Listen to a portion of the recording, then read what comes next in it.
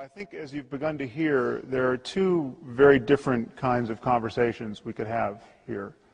We can talk about religion as it is, for most people most of the time, and we can talk about what religion could be, or should be, or perhaps what it is for the tiniest minority of people. And I just want you to be aware of the difference there, because it could get lost. It's true that some people define God as pure consciousness, or as being synonymous with the laws of nature. But if we talk about consciousness and the laws of nature, we won't be talking about the God that most of our neighbors believe in, which is a personal God who hears our prayers and occasionally answers them. So I just want you to be sensitive to this, because if Michael or I say something derogatory about Islam or Christianity, which seems possible, the response from the other side shouldn't mention quantum mechanics. And it shouldn't reference a notion of God that is so denuded of doctrine as to more or less be synonymous with pure mystery or pure information or pure energy or pure anything. So I wanted to plant a flag there where you all can see it. Because the God that our neighbors believe in is essentially an invisible person. He is a creator deity who created the universe to have a relationship with one species of primate. Lucky us. and he's got galaxy upon galaxy to attend to, but he's especially concerned with what we do, and he's especially concerned with what we do while naked.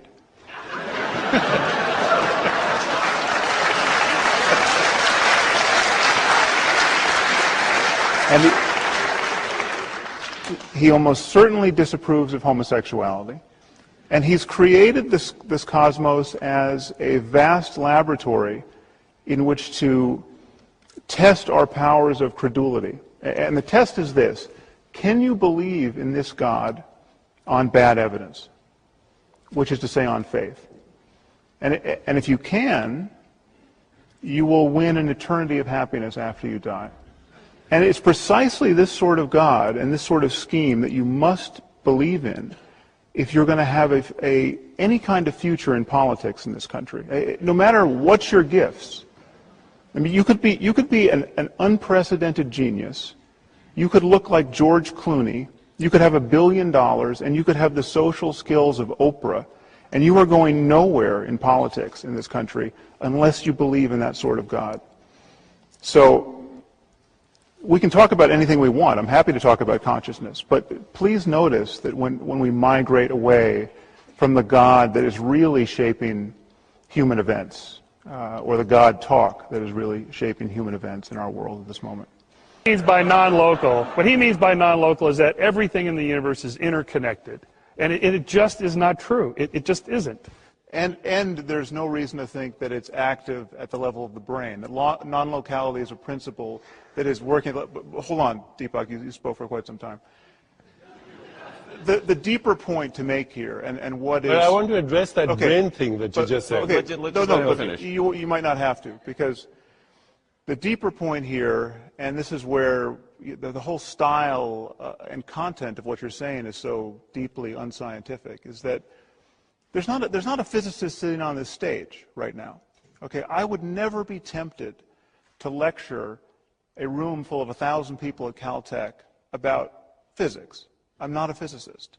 You're not a physicist. And basically every sentence demonstrates that you speak on the subject. Now, please don't take this as ad hominem. I mean, I'm talking about specifically what you said.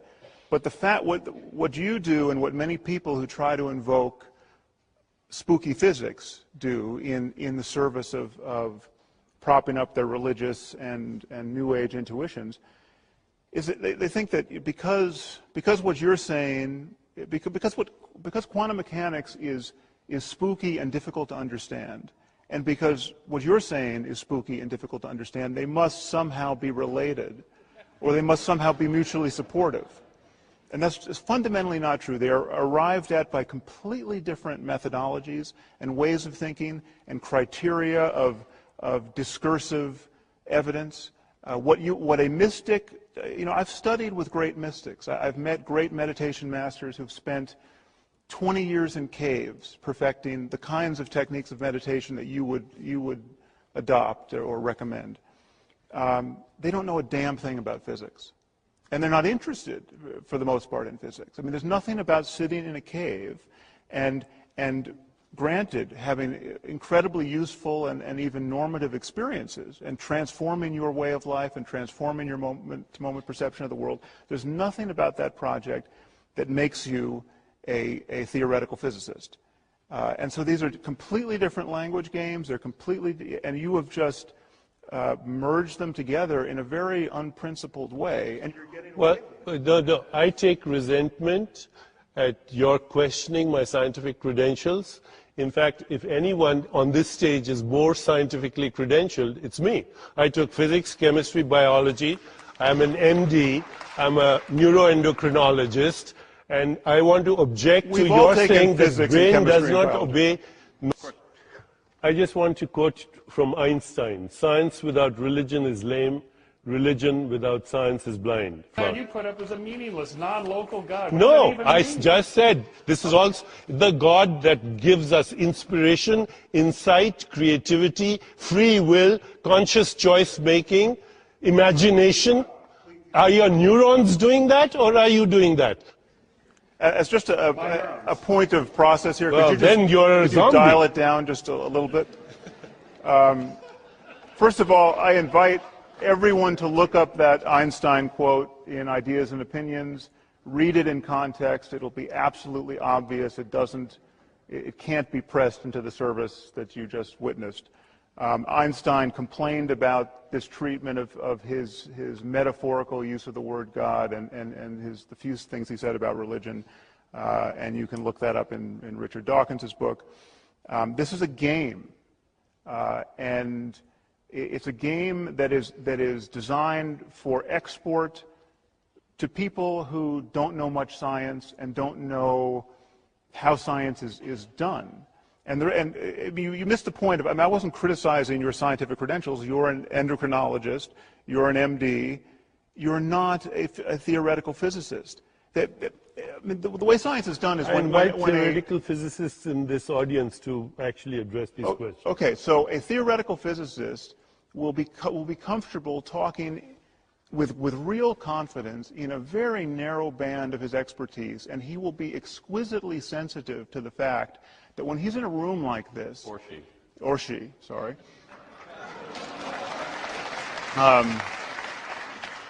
I'll just proceed with he just for simplicity's sake here. He will be exquisitely sensitive to the fact that whenever he opens his mouth in a room like this, he is guaranteed to be speaking in front of half a dozen people who know more on any given issue than he does. The great irony of the popular conception of science as arrogant is that when you go to a scientific meeting, you don't see arrogance. I mean, you're about as likely to see real arrogance as you're likely to see nudity at a scientific conference. I mean, this is people are constantly offering caveats and hedges toward what they say. Every statement is couched in, I'm sure there's someone in the room who knows more about this than me, but because everyone is desperate to avoid public embarrassment. Now, this seems to be something you're not doing. Describe Gene as the expanding circle of sentiments to include women is a result of the Enlightenment experiment that let's try that. Let's see if that produces greater prosperity and wealth and happiness and joy for more people in more places, and it worked. And that's a rational, reasonable approach. One thing I'd like to add to that is I think it's ironic to score women's rights for your side of the ledger here in this conversation, because there's been no greater obstacle to empowering women in human history than religion. Certainly the three monotheists. I mean, when you... Sam,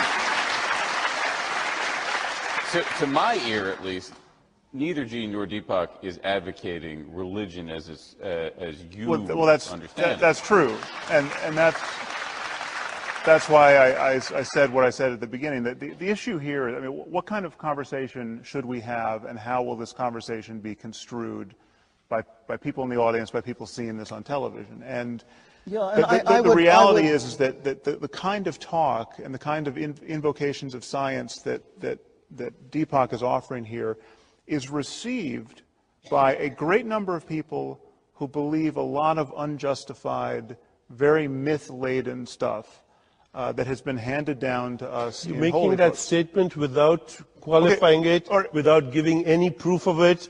Give me some proof that what I'm saying is what he says is woo-woo, just because he can't understand it. Okay. You know, every discipline has its vocabulary. It's okay. If you're going to say that non-locality is an operable principle in neuroscience, that is woo-woo right now in neuroscience. It's a principle in morphogenesis and differentiation. It's a principle in the workings of the pacemaker of your heart, where 100 pacemaker cells fire simultaneously, non-locally. Saying it louder and relentlessly is not going to make it true. But I want to get back to answer your question, Dan. I want to get back to something that actually matters. The people, 90% of the people watching this on television will never have heard of non-locality, and if we could explain it to them, they're not going to care about it. They're worried about Jesus. They're worried about the collision with the Muslim world.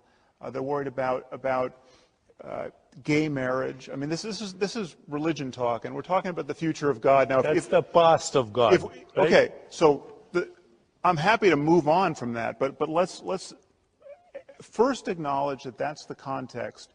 That's why we're having this conversation. The reason why we're talking about God is for the last 4,000 years, people have been handing books to their children saying, all these other books were written by people, but this book is a magic book. It could not possibly have been written by a human being. I think... And so now we're here talking about God and the future of God. Gene, so that scheme, I agree with you about that scheme. There are many people having these remarkable experiences in every traditional context. That, in and of itself, proves that all of these religions are wrong. All of these religions claim their exclusive validity. And the fact that you have Christians having deep experiences of peace, and you have Muslims, and you have atheists, and you have Buddhists, it proves that there's a deeper principle that should be talked about in a non-sectarian way that is not held hostage by Iron Age literature. I mean, that...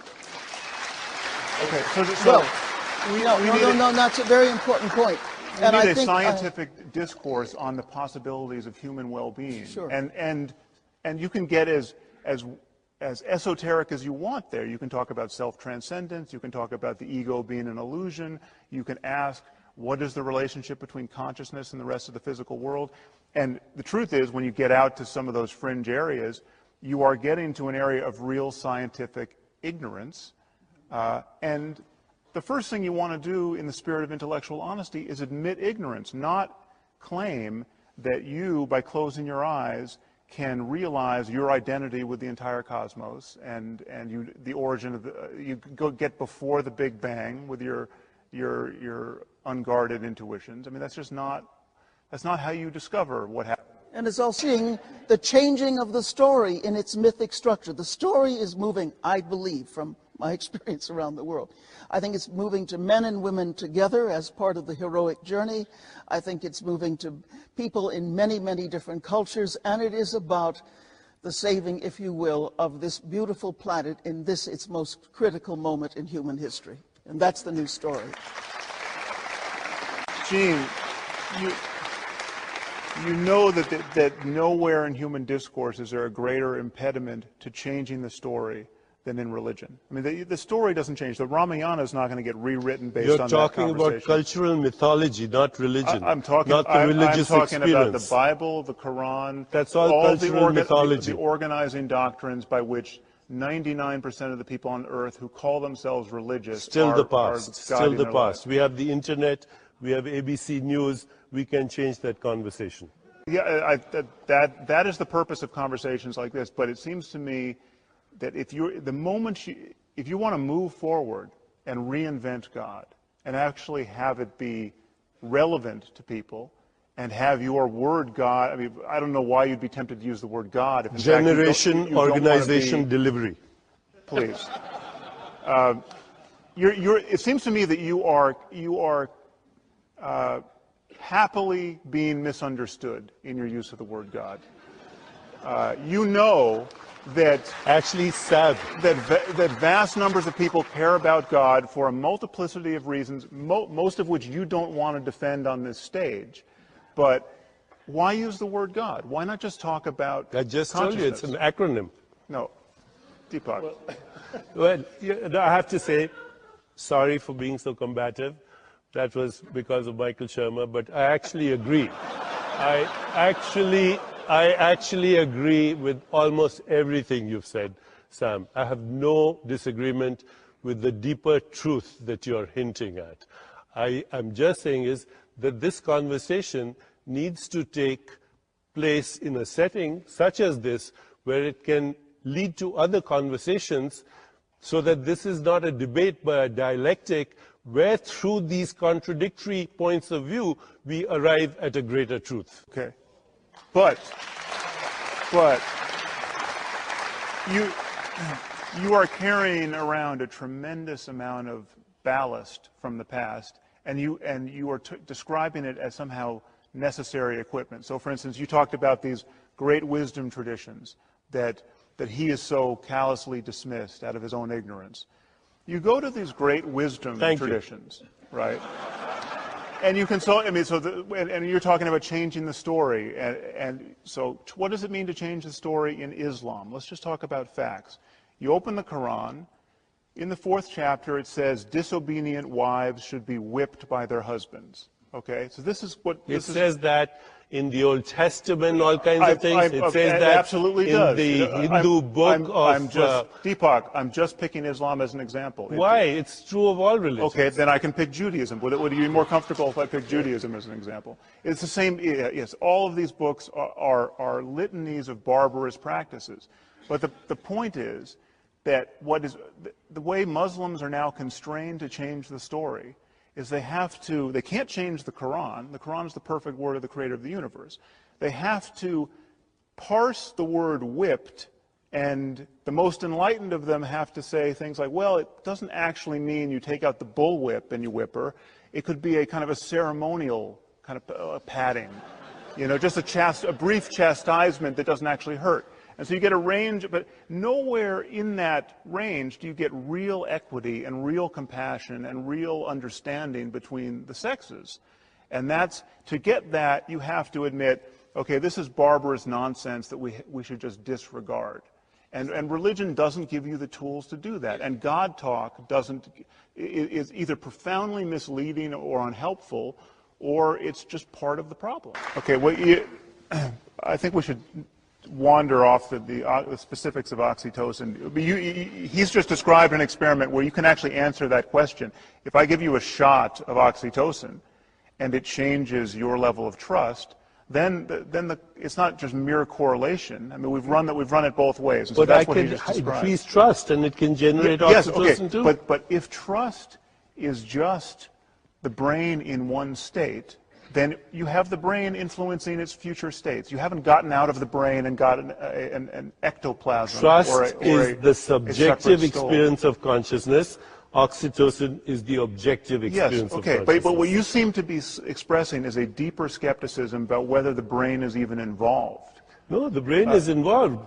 No, your consciousness likes brains to express itself. Okay, but do you believe, for instance, do you believe that do we have souls or that our mind is somehow independent of the brain, that it'll lift off the brain at death and go elsewhere? Is that I believe there's a transcendent core consciousness that is comprised of meanings, context, relationships, archetypal ideas that recycles itself, just like everything else recycles itself. So it's in no sense a product of the brain. It's no sense a product of the brain, and our whole endeavor in spiritual discipline is to actually go beyond that personal consciousness, that ego consciousness, so we can identify with that transcendent reality, which is the source of space, time, energy, and everything else that exists. Okay, well, let me just say a No, few but things. I think the question is, are we encapsulated bags of skin dragging around a very little ego? No, Or are we that isn't organism really the environment question. symbiotic You with can fields say within no to fields that. and consciousness of See, life? Sam, Deepak, let me just, you put a lot on the table. So Deepak just said some very, seems a strange word to use, but some concrete things that science can criticize. Okay, you just said that consciousness and mind are... I didn't say consciousness and mind. I said mind is a product of consciousness. Okay, but this subjectivity is independent of the objectivity of the brain. There is a subjectivity which is independent of objects. But there's subjectivity which is subjectivity of itself. When you're looking at the brain for consciousness, you're not looking at consciousness. You're looking at synaptic firings. In fact, it is your consciousness that is looking at those synaptic firings. All right. Let's just keep that in view. All right. Now you've said there are two things that an incomplete science of consciousness and the mind should want to say about that. One is that having an experience of undivided consciousness does not tell you what consciousness really is or what its relationship to the brain really is. There's nothing about introspection that leads you to sense that your subjectivity is at all dependent or even related to voltage changes and chemical interactions going on inside your head. Okay, you can feel, you can drop acid, you can meditate for a year, you can do whatever you want to perturb your nervous system. You can feel yourself to be one with the universe, and at no point in that transformation do you get a glimpse that there's 100 trillion neurons in your head, or synapses in your head that are doing anything. It's called binding. No, it's not. It's called absolute subjective ignorance of what's actually going on outside the consciousness. You're You're so Deepak, you're so dismissive of subjective experience. I'm not remotely dismissive of it. To poetry, to music, to art. So dismissive of subjectivity. I'm saying that the whole universe is imbued with subjectivity. There's nothing more important than subjectivity. It's all we could possibly care about. The fabric of our experience, the changes in our conscious experience, are all we care about. And they have some relation to the physical universe. Absolutely. Okay, now the question is... They give rise to the physical universe. Okay, that is a statement of metaphysics that is totally unjustified and cannot possibly be justified. That's why it's a statement of metaphysics, not of physics. No, metaphysical statements also have to be justified, as it turns out. Ethics and love and compassion and empathy are all, and tell me if I'm wrong here, evidence that can be marshaled in support of an argument for divine. It is impossible, and Roger Penrose and John Searle would substantiate this. It is impossible for a physical system, no matter how complex it is, to process meaning, to process creativity, to process purpose, to process even, you can map it out, you can show the molecules there, but it is impossible for a physical system to feel those qualities. Okay, that's simply not true. It's what is true to say is that we don't understand how that is being accomplished, and we don't, and even I'll give you even more than that. We don't understand what the relationship between consciousness and matter is. Now, for instance, if electrons, I'll grant you that, by the way, what you just corrected me on. So but it's not. There's no reason. It gets you nothing to say it's impossible in science. Well, I'm just saying that, very prominent researchers like John Searle and Roger Penrose have made those explicit statements. Okay, but they're in a much larger conversation. They have more detractors than could fit in this hall.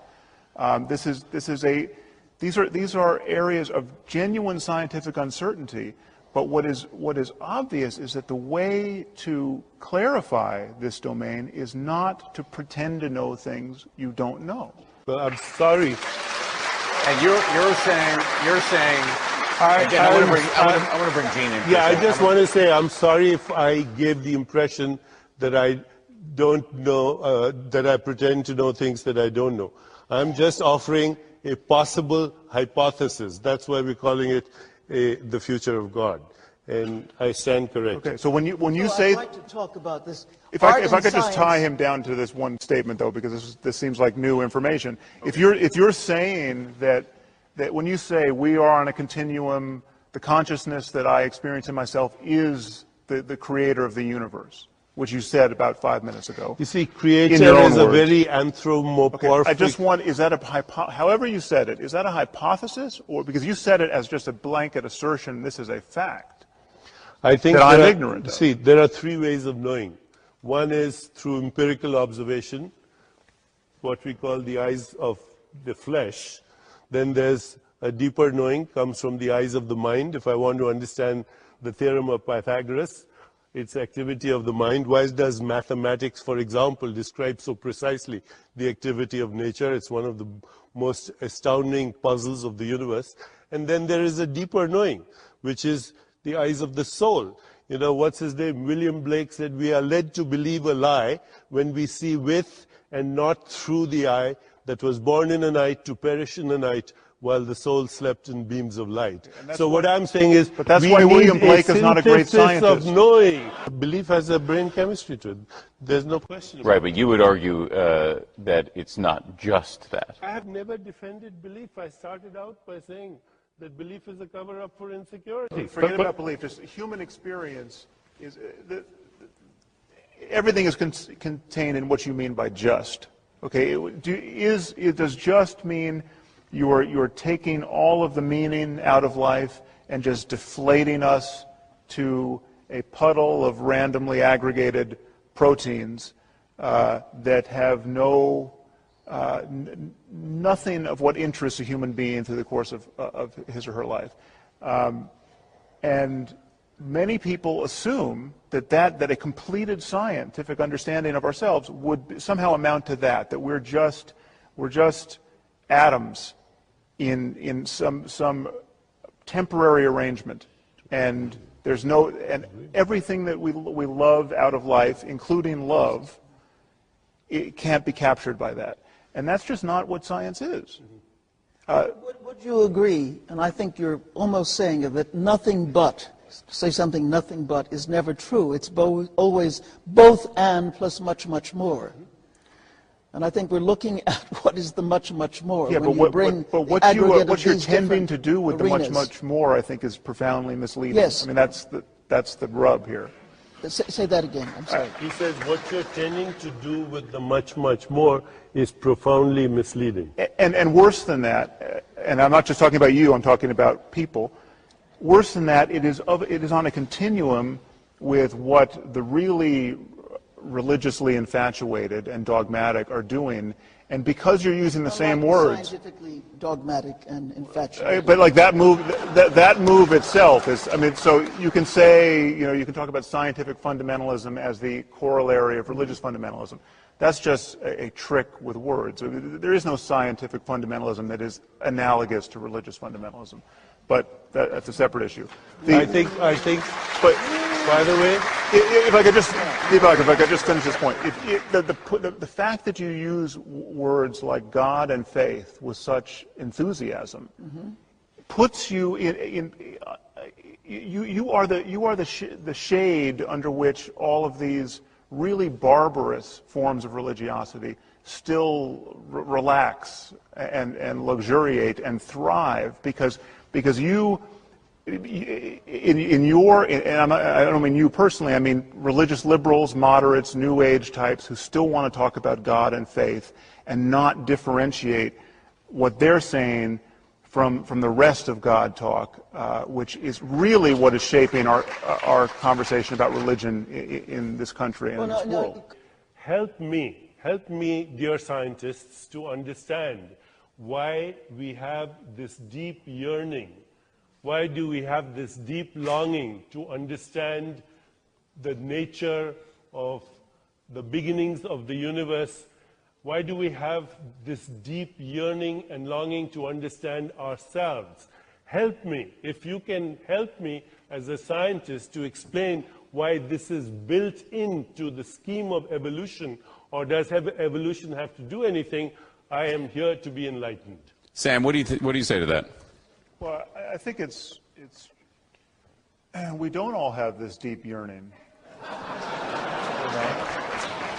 I mean, that's rather obvious. If you took the 100,000 people on planet Earth at this moment who felt this deep yearning to understand our place in the universe most acutely, and you dispatch them, we would be left without a lot of people thinking about the origins of the universe in any real sense. What do you think people are doing on Sunday morning all over this country? What was that? What are people doing on Sunday mornings at 11 o'clock all over this country? They're thinking about that issue. They're not thinking about, I mean, cosmology is not their concern. Well, they might not call it cosmology, but they are thinking about why we're here and what we're supposed to do. I'm sorry, Deepak, let me just finish. On Sunday morning, right, or Friday afternoon, or Friday night, depending on when you worship, whether you want to call it cosmology, whatever you want to call it, people are there to ask the basic questions. Who are we? Why are we here? What are we supposed to be doing? I was responding to what Deepak was saying. But I think that's what he was saying. People want to be happy. They know the difference between happiness and suffering. They want to feel a part of a community. They want to feel the best they've ever felt and better than they've ever felt. And they constantly notice that life makes that difficult. And our spiritual traditions are a response to that circumstance, and our beliefs, the beliefs that console us about what happens after death, are obviously a response to that circumstance. I mean, your child dies. What you're immediately confronted with is, what can I now do to not suffer this way for the rest of my life? And one thing people have found to do is tell each other a story that death is an illusion, that we all get together at the right hand of Jesus after we die. That does the trick for a lot of people, and people are mightily attached to that story. But that story is really both in its products and in the way of getting there, the antithesis of the scientific frame of mind. And we just can't conflate them. And we have to notice when we're lying to ourselves and when we're lying to our children. And we have to notice that there's a liability to pretending to know things we don't know. A long time ago, religion made a pact with science, with Mr. Descartes, I guess his name was, and where he didn't want to be burnt at the stake, so he agreed with religion that religion would take over the spiritual aspect and questions regarding, God or the higher being, and science would relegate itself to the physical. My question is, when is science going to forget Descartes and start focusing on, what creates evil, for instance, and those things that have been relegated to religion? Why doesn't science now start focusing in that direction so that we can get a clearer picture of things? The higher up you go, from neurons all the way up to people in an economy or a political system, wow, is that complex. This is a really hard problem. So we need to really apply science, exactly like you suggest. But on this point of evil, sometimes there's not more than just the neurons, because we know, for instance, that the brains of psychopaths are damaged in ways that we're now increasingly understanding. People are scanning the brains of people who rate very highly on the psychopathy scale. But the classically evil people, the people who don't feel empathy for their victims, who like torturing and killing people. This is something we're increasingly understanding at the level of the brain, and we know the various regions of the frontal lobe that have characteristic pathology in psychopaths. And no doubt at some point we'll understand that in much greater detail. Now, there are many different, that doesn't mean evil is really just this region of the brain damaged. There's much more that can be said about human evil, but it has neural correlates, and if you damage the part of the brain that mediates feelings of empathy, that person won't feel empathy anymore. And that is a causal fact, which we are now in a position to appreciate. So Michael and Sam, how do you respond when you hear a testimonial like that? Well, first let me say I didn't hear it in every detail, but I think I got the sense of it. He was saying he was greatly helped by Deepak's techniques of meditation? Or? Correct. Okay.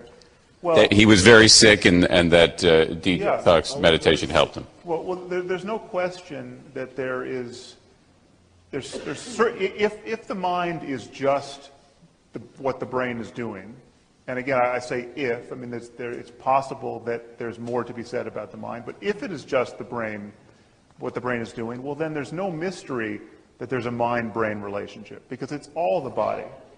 So neurophysiology is affecting the functioning of the body on many levels. It's affecting the immune system. Stress affects the brain. Genes are transcribed in response to stress. I mean, all of this is a system.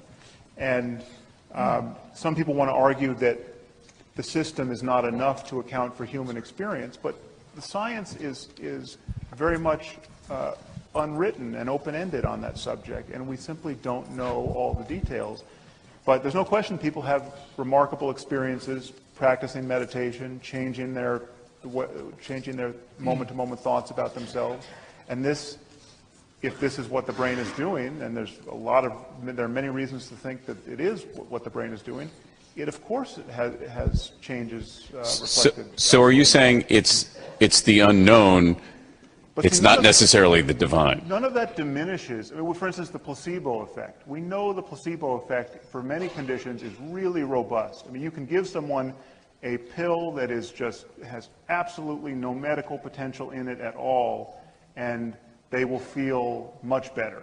And so it's possible to have one's expectation of medicine really transform the way one feels. And changing biology. Okay, so yeah, that's a potential of the human mind, and it is a potential of the human brain, and we need to understand that. But none of that requires that we pretend to know things we don't know. Again, this is it's a play on words. Whenever you're talking about scientific fundamentalism or diabolical science, we have a problem with technology. Much of our technology can be extremely destructive, and in the wrong hands, and rather often those hands are religious hands.